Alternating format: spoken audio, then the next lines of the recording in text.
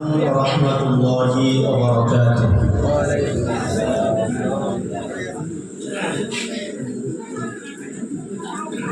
সর্বপ্রথম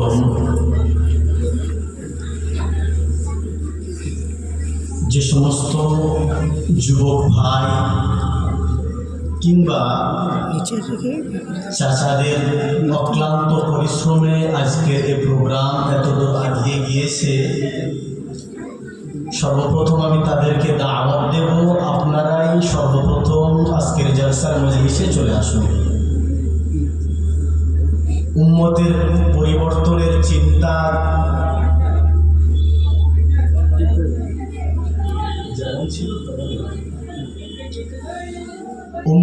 পরিবর্তনের চিন্তা চেতনা ধারণা আপনারাই বহন করছেন, সে উদ্দেশ্যে আপনারাই জলসা করছেন।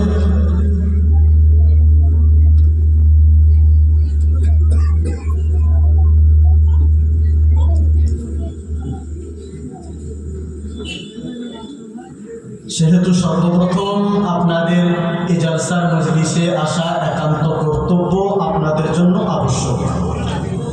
তাই যত কমিটি বৃন্দ বাইরে ঘোরাফেরা করছেন, আপনারা দয়া করে অনুকম্পা কৃপা যদি আপনাদের হাত পায়ে ধরতে হয়,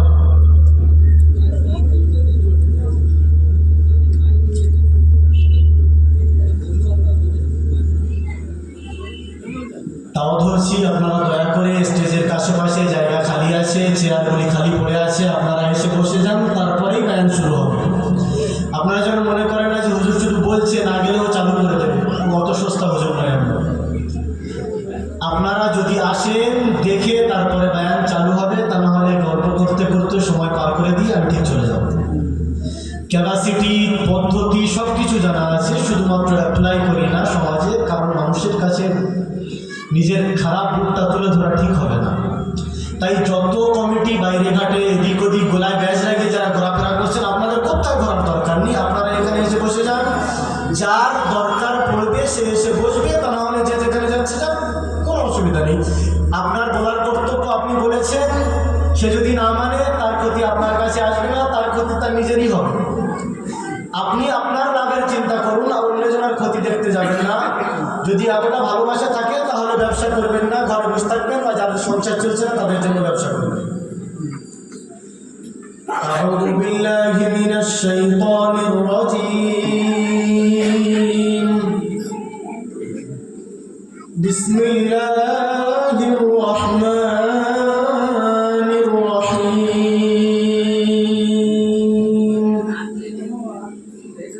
মা কানা মুহাম্মাদুন আবা আহাদিন মির রিজালিকুম ওয়ালাকিন রাসূলুল্লাহি ওয়া খাতামান নাবিয়্যিন ওয়া কানা আল্লাহু বিকুল্লি শাইইন আলিমা। ইন্নাল্লাহা ওয়া মালাইকাতাহু ইউসাল্লুনা আলান নবী ইয়া আইয়ুহাল্লাযীনা আমানু সাল্লু আলাইহি ওয়া সাল্লিমু তাসলিমা। সকলে দরুদ শরীফ পড়ুন। আল্লাহুম্মা সাল্লি আলা মাওলানা মুহাম্মদ ওয়া আলা আলি সাইয়্যিদিনা মাওলানা মুহাম্মদ। হাসবি রব্বি জাল্লাল্লাহ মা ফি কলবি গায়রুল্লাহ নূর মুহাম্মদ সাল্লাল্লাহু লা ইলাহা ইল্লাল্লাহ লা ইলাহা। আপনারাও জিকির করুন, লা ইলাহা ইল্লাল্লাহ মুহাম্মাদুর রাসূলুল্লাহ সাল্লাল্লাহু আলাইহি ওয়াসাল্লাম। সর্বাঙ্গে সমস্ত প্রশংসা, গুণগান, সর্বকীর্তন মহান আল্লাহ পাক রব্বুল আলামিনের দরবারে, যিনি আমাদেরকে বড় ভালোবেসে তানার রহমতের চাদরে ঢেকে নিয়ে একটা দ্বীনি মজলিসে বসিয়েছেন। সেই সঙ্গে সঙ্গে কিছু দ্বীনি কথা আলাপ আলোচনা করার মতো সুযোগ করে দিয়েছেন। এই জন্য আমরা সকলে মিলিত কণ্ঠে উচ্চস্বরে তানার শুকরিয়া শুরু করি, আলহামদুলিল্লাহ। তারপরে লক্ষ কোটি দরুদের নজরানা পেশ করি আকায়ে নামদার তাজদারে মদিনার প্রতি, যিনি রহমাতাল লিল আলামিন শাফিউল মুযনিবিন, সে রাসূলের প্রতি সকলে মিলিত কণ্ঠে উচ্চস্বরে দরুদের নজরানা পেশ করি। সকলে বলি সাল্লাল্লাহু আলাইহি ওয়াসাল্লাম। দেখুন, আজকে আমরা যে জলসা বা ইসলাহি মজলিস বলুন বা দোয়ার মজলিস বলুন আয়োজন করেছি কেন? লেখা আছে পিছনে ইসলাহি মজলিস। ইসলাহ এটা হচ্ছে আরবি শব্দ, যার শাব্দিক অর্থ দাঁড়ায় সংশোধন, পরিবর্তন, চেঞ্জ, রিভলিউশন, প্রত্যাবর্তন। অর্থাৎ আগে যে রাস্তায় চলছিলাম সে রাস্তা থেকে ফিরে নিজের মাইন্ড, নিজের চলার রাস্তাকে পরিবর্তন করে ইসলামমুখী হোক। তাহলে যারা রাস্তায় ঘুরছে চিন্তা করুন, আজ থেকে দুদিন আগে গতকাল সারা জীবন রাস্তায় ঘুরত, আজকে ইসলাহি মজলিসের আয়োজন করেছে, আজকেও রাস্তায় ঘুরছে। তাহলে পরিবর্তনের ইঙ্গিত তাদের ভিতরে পাওয়া যাচ্ছে? জোরে বলুন, পাওয়া যাচ্ছে?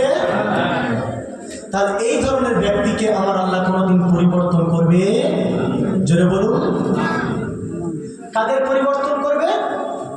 আল্লাহ তাবারক ওয়া তাআলা কালামুল্লাহ শরীফে ক্লিয়ার বলেছেন, ইন্নাল্লাহা লা ইউগাইয়িরু মা বিকওমিন হাত্তা ইউগাইয়িরু মা বিআনফুসিহিম, যে আমি আল্লাহ কোনো এমন বান্দাদেরকে পরিবর্তন, চেঞ্জ করি না যার নিজের ভিতরে পরিবর্তন বা চেঞ্জের কোনো নিদর্শন থাকে না।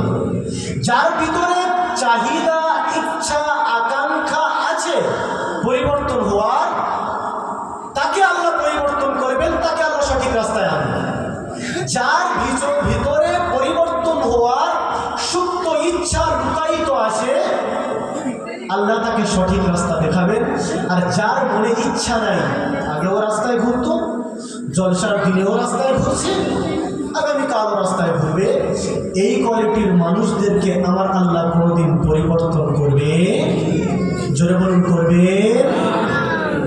পরিবর্তন হতে গেলে অন্যান্য দিনের থেকে আজকের আচার আচরণ, বিহেভিয়ার, ব্যবহারটাকে একটু ডিফারেন্স করতে হবে। আর সেটা কি? অন্যান্য দিন রাস্তায় ঘুরতাম, আজকের রাস্তায় ঘোরা চলবে না, আজকের মজলিসে এসে বসতে হবে, চারটে কথা যা আলাপ আলোচনা হবে শুনতে হবে, তার মধ্যে যতটুকু সম্ভব আমল করতে হবে, সেগুলিকে নিয়ে জীবনযাপন করতে হবে। তাহলে আপনি দেখবেন আমার আল্লাহ আপনাকে আস্তে আস্তে ইসলামমুখী বানিয়ে দিয়েছেন। আমার আল্লাহ আপনাকে বে-ইসলামের ভিতরে রাখবেন। যাই হোক, আজকের আমার বক্তৃতার বিষয় হচ্ছে হালাল খাদ্য, হারাম খাদ্য, বৈধ খাবার, অবৈধ খাবার, শরিয়াত সম্মত খাবার, শরিয়াত বিরোধী খাবার। যখন আমরা এটা বুঝবো, ভালো খাবার, শরিয়াত সম্মত খাবারের উপকারিতা আর শরিয়াত বিরোধী খাবারের অপকারিতা, এটাও আমাদের সামনে পরিষ্কার হয়ে যাবে যদি আমরা মন দিয়ে শুনি আর বোঝার চেষ্টা করি। তবে তা না হলে আগেও জলসায়, জুমার বায়ানে ইমাম সাহেবরা বকে বকে হায়রান, পেরেশান, ব্যতিব্যস্ত হয়ে গিয়েছে, কোনো লাভ হয়নি। আজকেও যদি আমাদের পরিবর্তনের ইচ্ছা থাকে, জলসা হয়ে যাবে, কোনো লাভ হবে না। সর্বপ্রথম অন্তরে যেটা ধারণ করতে হবে তার নাম হচ্ছে আল্লাহ, আমি যেটা এখানে শুনবো 10টা না হলেও 2টো আগামীকাল থেকে মানার চেষ্টা করব। আপনি যখন 2টো মানার চেষ্টা রাখবেন, আমার আল্লাহ আপনাকে 3টে, 5টা, 7টা মানার মতো সুযোগ করে দেবেন। আস্তে আস্তে আপনি ইসলামমুখী হয়ে যাবেন। একবার জোরে জোরে বলুন সুবহানাল্লাহ। তাহলে সর্বপ্রথম নিজের ভিতরে চেষ্টা চেতনা রাখতে হবে, তারপরে আল্লাহ পথ দেখাবে। আপনার ভিতরে যদি চেষ্টা চেতনা না থাকে, আমার আল্লাহ কোনোদিন আপনাকে পথ দেখাবে। যাই হোক, বেশি লম্বা চলা ওদিকে কথা না বলি, সময়ও বেশি নয়, সংক্ষিপ্ত সময়। সর্বপ্রথম জীবিকা থেকে আমাদের শুরু করতে হবে, তারপরে স্টেপ বাই স্টেপ আমরা আগে পাবো। আমার আল্লাহ কালামুল্লাহ শরীফের মধ্যে জানিয়ে দিয়েছেন, সূরাতুন নাবা পারা নাম্বার 30, সূরা নাম্বার 78, আয়াত নাম্বার 11, পৃষ্ঠা নাম্বার 487 মধ্যে আমার আল্লাহ জানিয়ে দিয়েছেন, ওয়াজআলনান নাহারা মাআশা। হে আমার বান্দা বান্দীরা, কান খুলে শুনে রেখে দাও, আমি আল্লাহ তোমাদের জীবনযাপন করার জন্য দুটি দিক দিয়েছি। একটির নাম হচ্ছে লাইল, অপরটির নাম হচ্ছে নাহার। একটিকে বলা হয় ডে, অপরটিকে বলা হয় নাইট। একটিকে বলা হয় দিন, অপরটিকে বলা হয় রাত। আমি আল্লাহ তোমাদেরকে রাত দিয়েছি সারা দিনের ক্লান্তিকে দূর করার জন্য। তুমি রাতের বেলায় বিশ্রাম করবে, নিজের স্ত্রীর কাছে গিয়ে সুন্দর সুন্দর গল্প করবে, পিতামাতার সঙ্গে খাবার খেয়ে আরামের বিছানায় শুয়ে যাবে। সারা রাত রেস্ট করার পরে ফজরের সময় নামাজ পড়ে আবার কাজে বের হয়ে যাবে। আমার আল্লাহ জানিয়ে দিলেন, আমি আল্লাহ রাতকে এই কাজের জন্য বানিয়েছি। ওয়াজআলনান নাহারা মাআশা। আর আমি আল্লাহ দিন বানিয়েছি অন্য একটা উদ্দেশ্যে। আমি আল্লাহ দিন বানিয়েছি মানুষের জন্য, যাতে সে জীবিকার জন্য নির্বাহন করে, জীবিকা অনুসরণ করে, সারাদিন ব্যতিব্যস্ত হয়ে, সারাদিন অক্লান্ত পরিশ্রম করে নিজের ফ্যামিলির জীবিকার চিন্তা করবে, নিজের পেটের চিন্তা করবে, নিজের মায়ের পেটের চিন্তা করবে, নিজের বাপের পেটের চিন্তা করবে, নিজের ছেলে, নিজের মেয়ে, নিজের সন্তান, নিজের সন্ততি, নিজের আত্মীয় স্বজনের পেটের চিন্তা করবে। তাদের জীবিকার চিন্তা করতে করতে সারাদিন কাজে ব্যতিব্যস্ত থাকবে, সারাদিন রুজির পিছনে ছুটে বেড়াবে। আমি আল্লাহ দিনকে তৈরি করেছি জীবিকা নির্বাহন করার জন্য, জীবিকা উপার্জন করার জন্য। তাহলে আল্লাহ কি বললেন? ওয়াজআলনান নাহারা মাআশা। আমি দিনকে বানিয়েছি কামাই করার জন্য, ইনকাম করার জন্য। তাহলে দিনের বেলায় আসলে জীবিকা উপার্জন করা যায়, দিনে আসলে জীবিকা উপার্জন করা সম্ভব, দিনেই আসলে জীবিকা উপার্জনের মধ্যে মজা আছে, বরকত আছে। এই জন্য নবী পাক সাল্লাল্লাহু আলাইহি ওয়াসাল্লামের একটা বিখ্যাত হাদিস তিরমিজি শরীফে এসেছে। আমার রাসূলকে জিজ্ঞাসা করা হয়েছে, ইয়া রাসূলুল্লাহ, আমি কোন সময় ব্যবসা করব? আমার রসুল বললেন, ব্যবসার টাইম বলেননি। আমার রসুল সাহাবার প্রশ্নের পরিপ্রেক্ষিতে উত্তর দিয়েছেন। আমার রসুল আল্লাহর দরবারে হাত তুলে দিয়েছেন। আমার রসুল বললেন, হে রব্বুল আলামিন, হে আমার প্রতিপালক, আপনি আমার উম্মতের সকালের সময় বরকত দিন। আল্লাহুম্মা বারিক ফি বুকুরি উম্মতিনা। হে আল্লাহ, আপনি আমার উম্মতের সকালে বরকত দান করুন। আপনার বান্দা বান্দীদের মধ্যে যারা সকালে ব্যবসা করে, আপনি তাদের ব্যবসাতে খায়র ও বরকত দিন। তাহলে সর্বপ্রথম কোরআন কি বলছে? দিনকে আল্লাহ জীবিকার জন্য বানিয়েছেন। আর সেটা শুরু হচ্ছে কখন থেকে? রসুলের হাদিস যদি আপনি দেখেন বুঝতে পারবেন, সেটা ফজরের পর সকাল থেকে শুরু হচ্ছে। কারণ আমার রসুল বলেছেন, আল্লাহুম্মা বারিক ফি বুকুরি উম্মতিনা। হে আল্লাহ, আপনি আমার উম্মতের সকালে ফার্স্ট টাইমে বরকত দান করুন।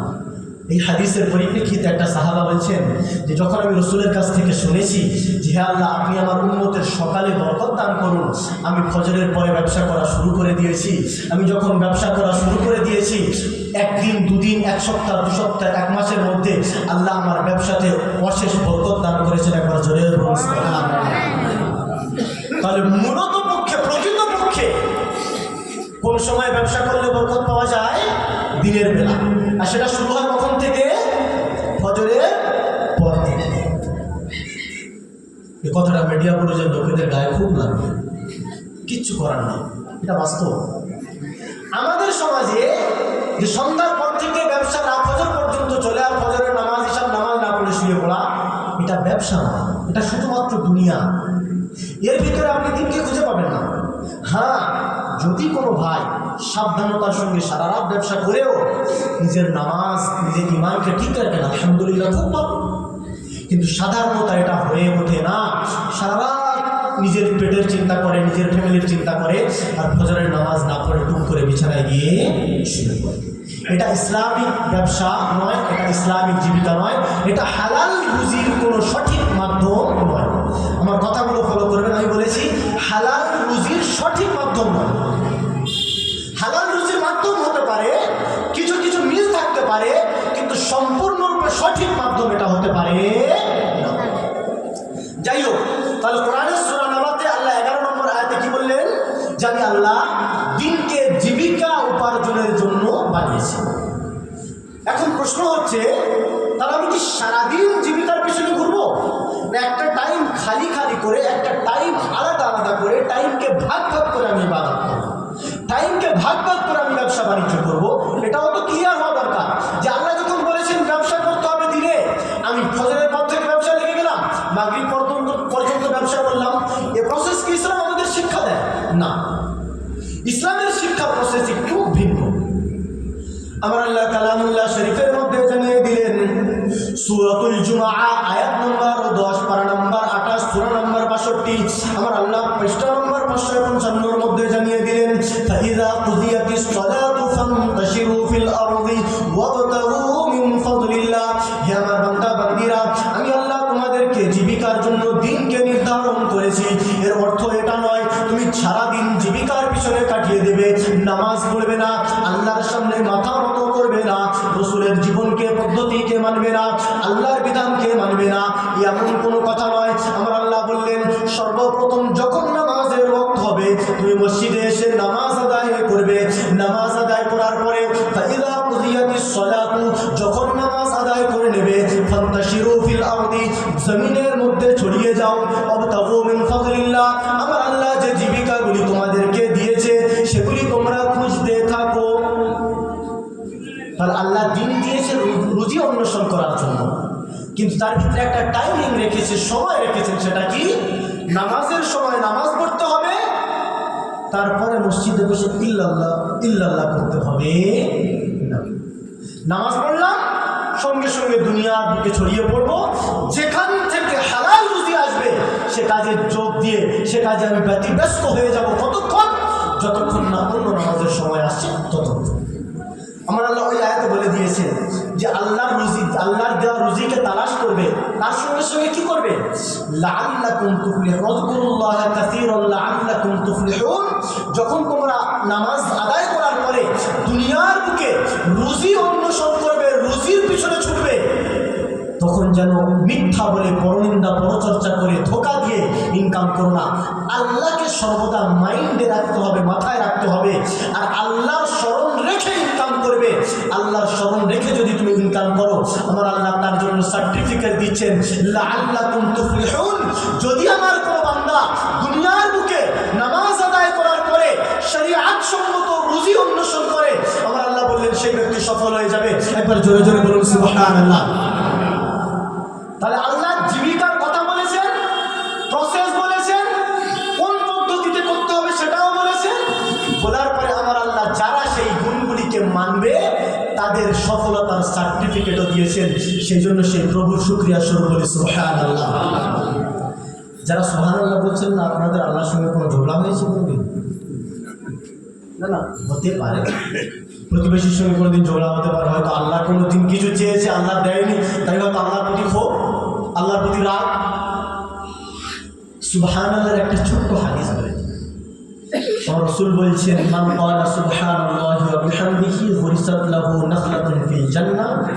আমার কোন উম্মতি যদি একবার সুবহানাল্লাহি ওয়া বিহামদিহি বা সুবহানাল্লাহ বলে, আমার আল্লাহ প্রত্যেকটা সুবহানাল্লাহর জন্য জান্নাতে তার জন্য একটা করে খেজুরের গাছ লাগিয়ে দেয়। জোরে জোরে বলুন। তাহলে জান্নাতে গাছের চাহিদা আমাদের আছে কি নেই? জোরে বলুন, আছে কি নেই?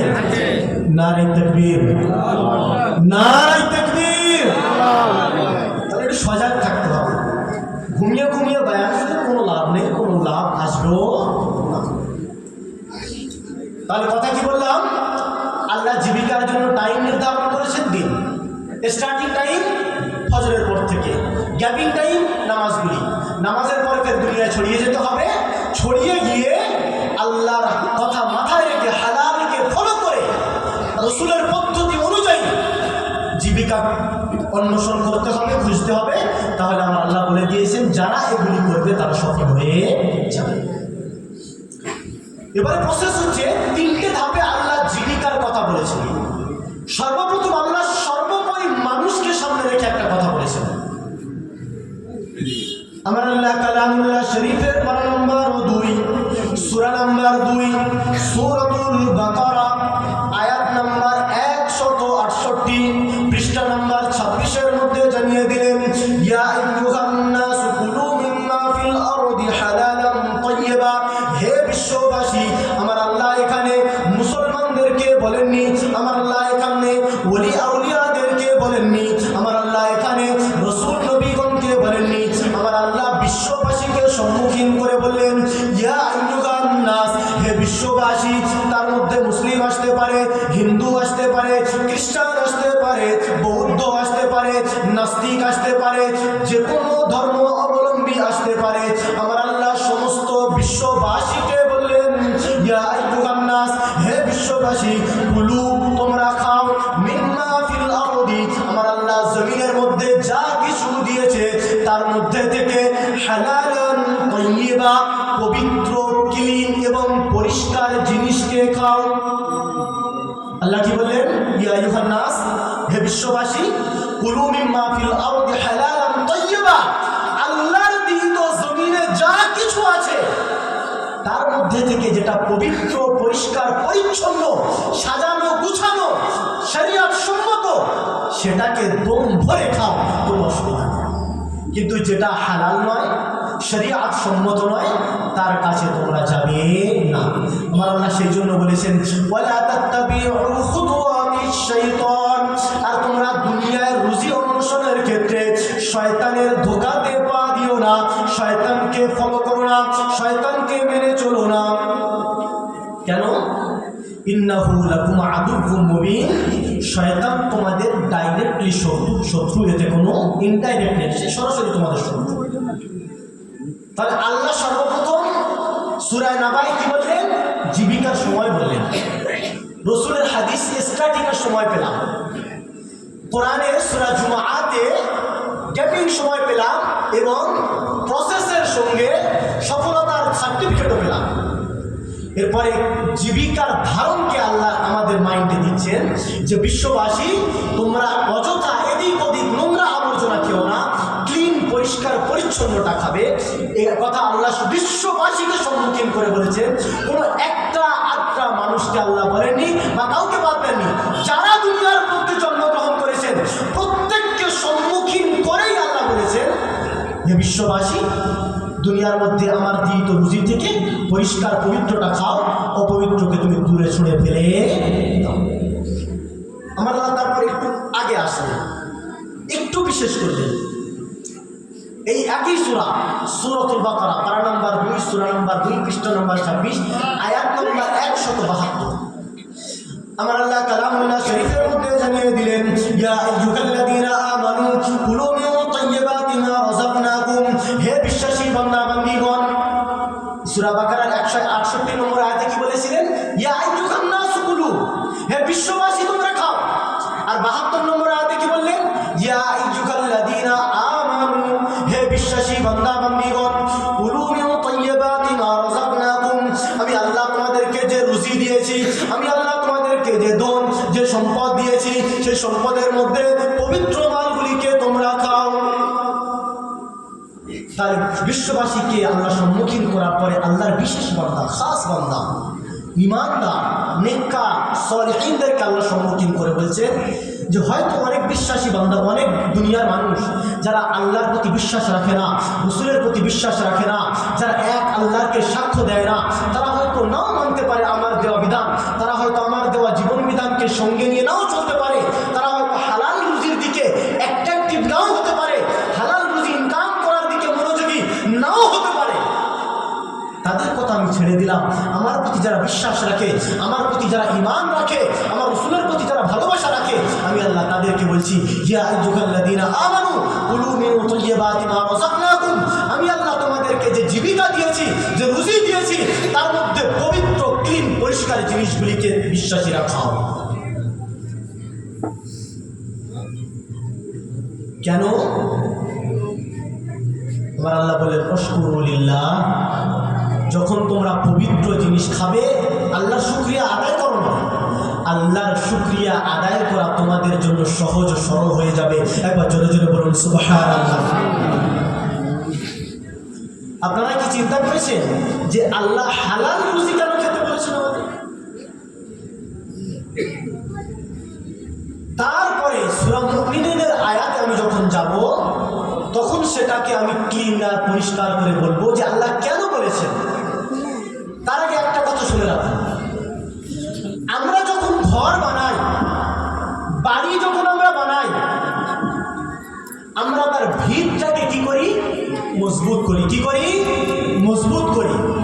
দামি কোম্পানির সিমেন্ট আমরা সেখানে দিই, সুন্দর স্টনচিপগুলি আমরা সেখানে দিই, যেগুলো ক্লিন বালু, সেই বালুগুলো আমরা সেই ভিতরে দিই। কারণ আমি যদি সুন্দর বালু, সুন্দর সিমেন্ট, সুন্দর স্টনচিপ দিয়ে ঘর বানাই, যখন দমকা হাওয়া আসবে, যখন বাতাস আসবে, যখন ঝড় আসবে, যখন তুফান আসবে, আমার এই ঘরটা সেই তুফান, ঝড়, যা কিছু বলেন আপনি, সেই দুনিয়াবি বালা মুসিবতের সঙ্গে বিরোধিতা করে তার সামনে রুখে দাঁড়াতে পারে। আর যদি আমার বাড়ির ভিতটা দুর্বল হয়, শক্ত না হয়, সিমেন্ট যদি মজবুত না থাকে, কংক্রিট ভালো যদি না থাকে, স্টনচিপ যদি ভালো না থাকে, বালু যদি ভালো না থাকে, একটা দমকা হাওয়া আসবে, আমার সেই ঘরকে, আমার সেই স্বপ্নের বাড়িকে একেবারেই ভেঙে তছনছ করে চলে যাবে। আমি সেটাকে কোনোদিন বাঁচাতে পারবো? এই প্রসেসটা আমার জীবনে ফিট করতে হবে।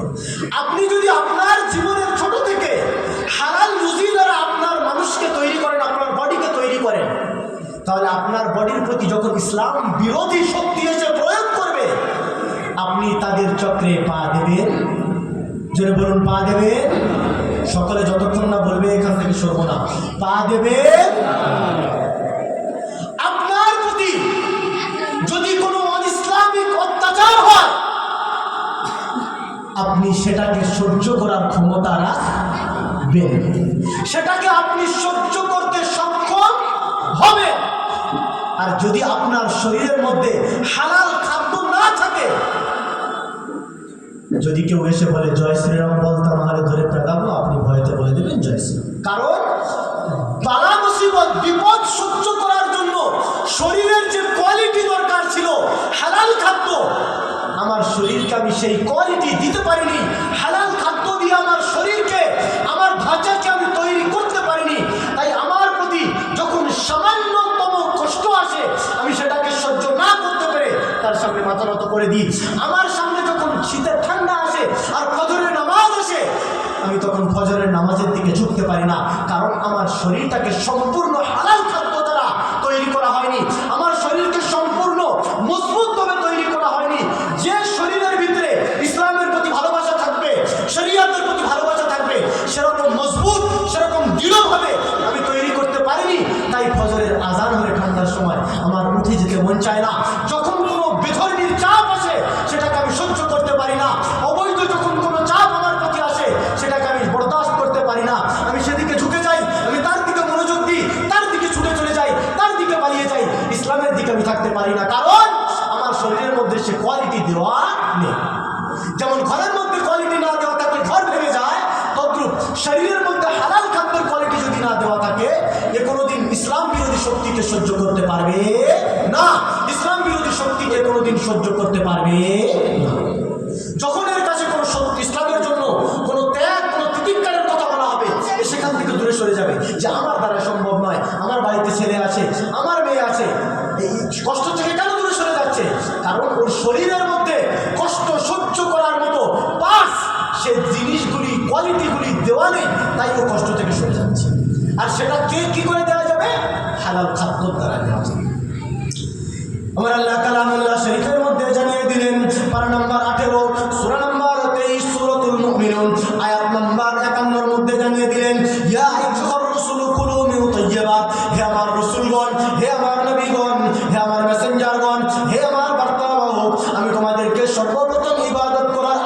দিচ্ছি না, সর্বপ্রথম আল্লাহর সামনে মাথা নত করার আদেশ দিচ্ছি না, সর্বপ্রথম দিনের দাওয়াত দেওয়ার কথা বলছি না, সর্বপ্রথম মানুষকে মসজিদের দিকে নিয়ে আসার কথা বলছি না।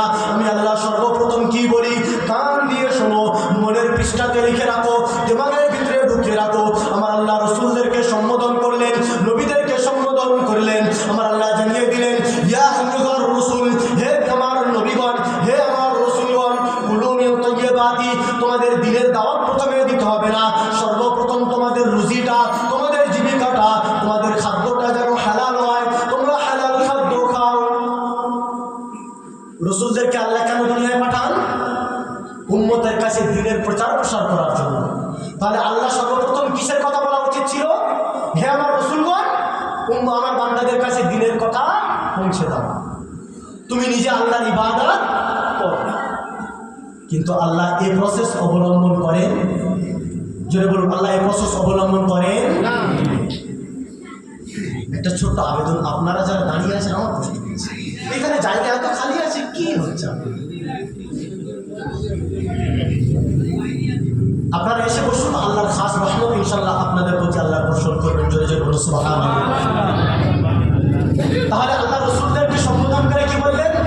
ইয়া আইয়ুহার রাসূল কুলু মিন তাইয়্যিবাত, হে আমার বিশ্বাসী রসুলগণ, হে আমার মেসেঞ্জারগণ, তোমরা সর্বপ্রথম প্রথমে কুলু মিন তাইয়্যিবাত, হালাল খাদ্য খাও। কেন? আমার আল্লাহর সিস্টেম হচ্ছে, নবী পাক সাল্লাল্লাহু আলাইহি ওয়াসাল্লাম হাদিসের মধ্যে জানিয়ে দিয়েছেন, ইন্নাল্লাহা তাইয়্যিব ওয়া লা ইয়াকবালু ইল্লা তাইয়্যিব। মুসলিম শরীফ হাদিস নম্বর 1015। আমার আল্লাহ জানিয়ে দিলেন আমার রাসূলের মাধ্যমে। আমার রাসূল একদিন সাহাবাদেরকে সম্মুখীন করে বলছেন, হে আমার সাহাবারা, তোমরা কি জানো? সাহাবারা জিজ্ঞাসা করলেন, ইয়া রাসূলুল্লাহ, ইয়া হাবিবাল্লাহ, হুজুর কি বলুন। আমার রাসূল জানিয়ে দিলেন, ইন্নাল্লাহা তাইয়্যিব, সর্বপ্রথম তোমরা জেনে নাও আমার আল্লাহ হচ্ছেন পবিত্র এবং পরিষ্কার। আল্লাহ সর্বপ্রথম গুণ কি? ইন্নাল্লাহা তাইয়্যিব, আমার আল্লাহ পবিত্র। রাসূল দ্বিতীয় বাক্যে বললেন, ওয়ালা ইয়াকবালু ইল্লা তাইয়্যিব, আমার আল্লাহ যেমন পবিত্র, আমার আল্লাহ তদ্রূপ পবিত্র জিনিসকে কবুল করেন, অপবিত্র জিনিসকে আমার আল্লাহ কোনোদিন কবুল করেন না। তাহলে আল্লাহ কি? আপনারা বলুন, আল্লাহ পবিত্র। আর আল্লাহ কোন জিনিসগুলিকে কবুল করেন? পবিত্র জিনিসগুলিকেই কবুল করেন। তাহলে এটা বুঝে আসছে, আল্লাহ নিজেই পবিত্র, পবিত্র জিনিসকে আল্লাহ কবুল করেন। এখন আসুন, সূরা মুমিনুনের যে 51 নম্বর আয়াত আমি তিলাওয়াত করেছি, ইয়া আইয়ুহার রাসূল, 11 হে রাসূল, আপনারা হালাল খাদ্য খান। কেন? আপনারা যদি হালাল খাদ্য খান আর তারপরে যদি ইবাদত করেন, তবেই সেই ইবাদতটা আমার আল্লাহর কাছে গ্রহণীয় হবে।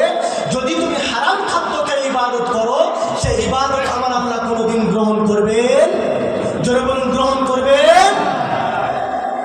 ওই জন্য আল্লাহ প্রথমে রসুলদেরকে সম্মুখীন করে বলেছেন, ইয়া আইয়ুহার রাসূল, হে আমার মেসেঞ্জারগণ, কুলু মিনাত তাইয়্যিবাত, প্রথমে তোমরা হালাল খাদ্য খাও, ওয়া'মালু সালিহা, তারপরে সৎ কাজ করো। যদি তুমি প্রথমে হালাল খাদ্য না খাও আর যতই সৎ কাজ করো, আমার আল্লাহ পবিত্র হওয়ার জন্য তোমার সেই অসৎ ইবাদতকে কবুল করবে। তাই আমাদের ইবাদত কবুল হওয়ার জন্য কেমন খাবার দরকার? চুরি। কেমন খাবার দরকার? জোরে বলুন, কেমন খাবার দরকার? পবিত্র, ক্লিন, পরিষ্কার, হালাল খাবার দরকার। যদি আমরা হালাল খাবার খাই তাহলে আমাদের ইবাদত কবুল হবে। যদি আমরা হালাল খাবার নাই খাই তাহলে কোনোদিন আমাদের একটা ইবাদত আমার আল্লাহর দরবারে কবুল হবে। কারণ মুসলিম শরীফের হাদিস 1015, আমার রাসূল বলেছেন, ইন্নাল্লাহা তাইয়্যিব, আমার আল্লাহ পবিত্র, ওয়ালা ইয়াকবালু ইল্লা তাইয়্যিব, আর যেটা পবিত্র সেটাকেই কবুল করে। অপবিত্র কোনো মাল, কোনো ইবাদতকে আমার আল্লাহ কবুল করে? আস্তে করে বলুন, গুনাহ হবে আপনাদের। কবুল করে? হালাল খাদ্যের সর্বপ্রথম বৈশিষ্ট্য, হালাল খাদ্য খেয়ে যদি মানুষ কবুল দোয়া করে তাহলে সে তার দোয়াকে আমার আল্লাহ কবুল করে নেন। একবার জোরে জোরে বলুন সুবহানাল্লাহ। এর দ্বিতীয় পয়েন্ট বলি, দ্বিতীয় বিষয় হচ্ছে, হালাল খাদ্য যদি আপনি খান, আপনার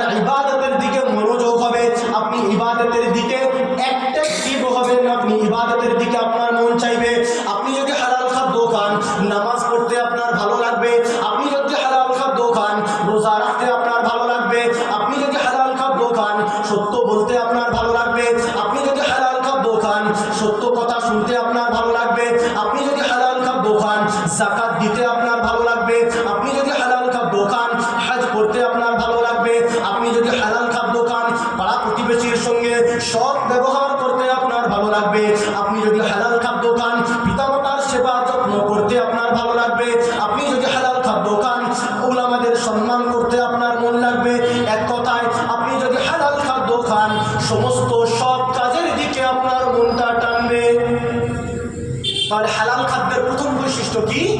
যে হালাল খাদ্য দ্বারা কৃত ইবাদতকে আল্লাহ গ্রহণ করে।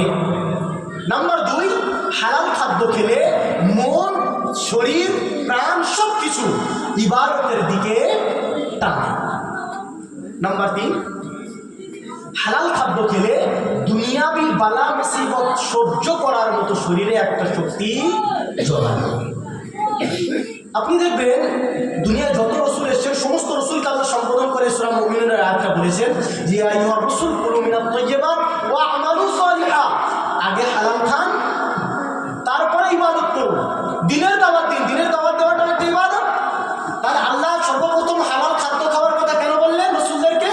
যে আপনারা যদি হালাল খাদ্য খান, তারপরে যদি দিনের দাওয়াত দেন, তাহলে দিনের দাওয়াত দেওয়ার সময় অসভ্য উম্মতরা যে আপনাদের প্রতি অত্যাচার করবে, টর্চার করবে, সেগুলো আপনারা সহ্য করতে পারবেন। সেটা সহ্য করার মতো আপনাদের ভিতরে ক্যাপাসিটি তৈরি হবে। ওই জন্য আল্লাহ বললেন, হে রাসূলগণ, হালাল খান, তারপরে ইবাদত করুন। যে কোনো পর্যায়ে আপনি ইবাদত করুন, যাতে করে আপনার মনটাও ইবাদতের দিকে টানে। আর সেই ইবাদত করার সময় যদি বেদিনরা কোনো অত্যাচার, অন্যায় করে, আপনাকে কষ্ট দেয়, সেটা সহ্য করার মতো ক্যাপাসিটি যেন আপনার মধ্যে তৈরি, জোরে বলুন, তৈরি। তাহলে হালাল খাদ্য খেলে ইবাদত কবুল হয়, হারাম খাদ্য খেলে ইবাদত কবুল হয় না। তানবীহুল গাফিলিনের মধ্যে একটা নামক কিতাব আছে, 482 নম্বর পৃষ্ঠা। হযরত আবু হুরায়রা রাদিয়াল্লাহু তাআলা আনহু বলেছেন, অন্য জায়গায় হাদিসটা এসেছে, আমার রাসূল বলেছেন, লা ইয়াদখুলুল জান্নাতা জাসাদুন গুযিয়া বিল হারাম। এমন শরীর, এমন দেহ, এমন বডি যেটাকে হারাম খাবার দ্বারা তৈরি করা হয়েছে, বড় করা হয়েছে, লালন পালন করা হয়েছে, সেই রকম বডি কোনোদিন জান্নাতে যাবে? জোরে বলুন, জান্নাতে যাবে? তাহলে হালাল খাদ্য খেলে ইবাদত কবুল হয়, হারাম খাদ্য খেলে ইবাদত কবুল হয় না। হালাল খাদ্য খেলে ইবাদতের দিকে মন টানে, হারাম খাদ্য খেলে ইবাদতের দিকে মন টানে না। হালাল খাদ্য খেলে দুনিয়ার দিনের কাজ করতে গিয়ে যে কষ্ট, বালা মুসিবত আসে, সেটা সহ্য করার মতো ক্যাপাসিটি তৈরি হয়। হারাম খাদ্য খেলে সেই ক্যাপাসিটি শরীরে তৈরি হয়। নাম্বার 4, হালাল খাদ্য খেলে আল্লাহ আমাদেরকে মুস্তাজাবুদ দাওয়াত বানিয়ে দেবেন। অর্থাৎ আমরা যখনই হাত তুলব, আমার আল্লাহ সঙ্গে সঙ্গে দোয়াটাকে কবুল করে নেবেন। জোরে জোরে নবী পাক সাল্লাল্লাহু আলাইহি ওয়াসাল্লামের সাহাবা সাআদ ইবনে ওয়াক্কাস রাদিয়াল্লাহু তাআলা আনহু আমার রাসূলের কাছে উপস্থিত হয়েছেন। আমার রাসূলকে সম্বোধন করে বললেন, ইয়া রাসূলুল্লাহ, ইয়া হাবিবাল্লাহ, আপনি আমার জন্য দোয়া করুন। আমার রাসূল জিজ্ঞাসা করলেন, হে সাআদ ইবনে আবি ওয়াক্কাস, আমি তোমার জন্য কিসের দোয়া করব? আমার রাসূলকে জিজ্ঞাসা বললেন, ইয়া রাসূলুল্লাহ, ইয়া হাবিবাল্লাহ, আপনি আমার জন্য দোয়া করুন, আমি যেন মুস্তাজাবুদ দাওয়াত হতে পারি। অর্থাৎ আমি যেন হাত তুললে আমার আল্লাহ আমার দোয়াটা কবুল করে নেন। তাহলে সাআদ ইবনে আবি ওয়াক্কাস রাসূলের কাছে এসে কি ফরিয়াদ করলেন, ইয়া রাসূলুল্লাহ, আমার জন্য আপনি দোয়া করুন। কিসের? রাসূল জিজ্ঞাসা করলেন, কিসের এটা? বললেন, ইয়া রাসূলুল্লাহ, আপনি আমার জন্য দোয়া করুন, যাতে যেন আমি হাত তুললে আল্লাহ আমার দোয়াটা কি করে নেয়, কবুল করে। আমার রাসূল কি টিপস দিয়েছেন আপনি জানেন? আমার রাসূল সাআদ ইবনে আবি ওয়াক্কাসকে সম্মুখীন করে বললেন, হে সাআদ ইবনে আবি ওয়াক্কাস, তুমি যদি একটা কাজ করো, আমার আল্লাহ তোমাকে মুস্তাজাবুদ দাওয়াত বানিয়ে দেবেন। সাআদ ইবনে আবি ওয়াক্কাস পাল্টা প্রশ্ন করলেন, ইয়া রাসূলুল্লাহ, আইয়ুল আ'মাল, সেই কাজটা কি? আমার রাসূল বললেন, কুলু মিনাত তাইয়্যিবাত। হে আমার সাআদ ইবনে আবি ওয়াক্কাস, তুমি হালাল রুজি খাও, আমার আল্লাহ তোমাকে মুস্তাজাবুদ দাওয়াত বানিয়ে দেবেন। একবার জোরে জোরে বলুন সুবহানাল্লাহ। তাহলে দোয়া কবুল করানোর জন্য সর্বপ্রথম শর্ত কি? আস্তে করে বলুন, গুনাহ হবে আপনাদের। সর্বপ্রথম শর্ত কি? হালাল খাদ্য খেতে হবে। যদি হালাল খাদ্য না খান, আল্লাহর সামনে মাথা ঠুকে, মাথাতে রক্ত বের করে, ফোড়া হয়ে, ঘা হয়ে, পুঁজ হয়ে, ভালো হয়ে গিয়ে ফের পুঁজ হবে, তবুও কোনোদিন আল্লাহ দোয়া কবুল করবে। হারাম খাদ্য যদি এক লোকমা আপনার ভিতরে যায়, হযরত আবু হুরায়রা রাদিয়াল্লাহু তাআলা আনহু রাবী, আমার হযরত আবু রাসূল বলছেন যে শরীরে এক লোকমা হারাম গিয়েছে, একটা গাল, এক বাইট, আমার আল্লাহ তার 40 দিনের ইবাদতকে কবুল করবেন না। জোরে বলুন নাউজুবিল্লাহ। আল্লাহ আমাদের সকলকে হারাম খাবার থেকে বাঁচিয়ে রাখুন। জোরে বলুন আল্লাহুম্মা আমিন। ফাযাইলে রমজান নামক কিতাবের 29 নম্বর পৃষ্ঠায় একটা ঘটনা বর্ণনা করা হয়েছে।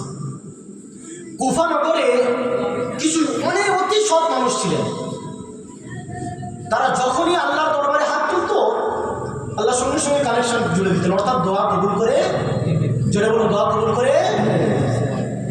হাজ্জাজ ইবনে ইউসুফ, অন্যায় অত্যাচার জালিম শাসক, যখন মদিনার গভর্নর হয়েছে, খুঁজেছে সেই জামাতদের ডাক।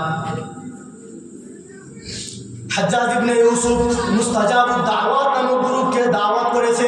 হাজ্জাজ ইবনে ইউসুফ দাওয়াত করার পরে হারাম খাদ্য দ্বারা তাদেরকে খানা খাইয়েছে। হারাম খাদ্য খাওয়ানোর পরে হাজ্জাজ ইবনে ইউসুফ খাওয়ার শেষে তাদেরকে বলছে, হে মুস্তাজাবুদ দাওয়াতের গ্রুপ, হে দোয়া কবুলওয়ালার গ্রুপ, আজ তোমরা শোনো, যে বাদশা তোমাদের প্রতি অন্যায় করে, অত্যাচার করে, তোমরা আল্লাহর দরবারে হাত তুললে সে বাদশা ধ্বংস হয়ে যায়, সে নষ্ট হয়ে যায়, সে দুনিয়াতে তছনছ হয়ে যায়, তার অস্তিত্ব দুনিয়াতে মিটে যায়।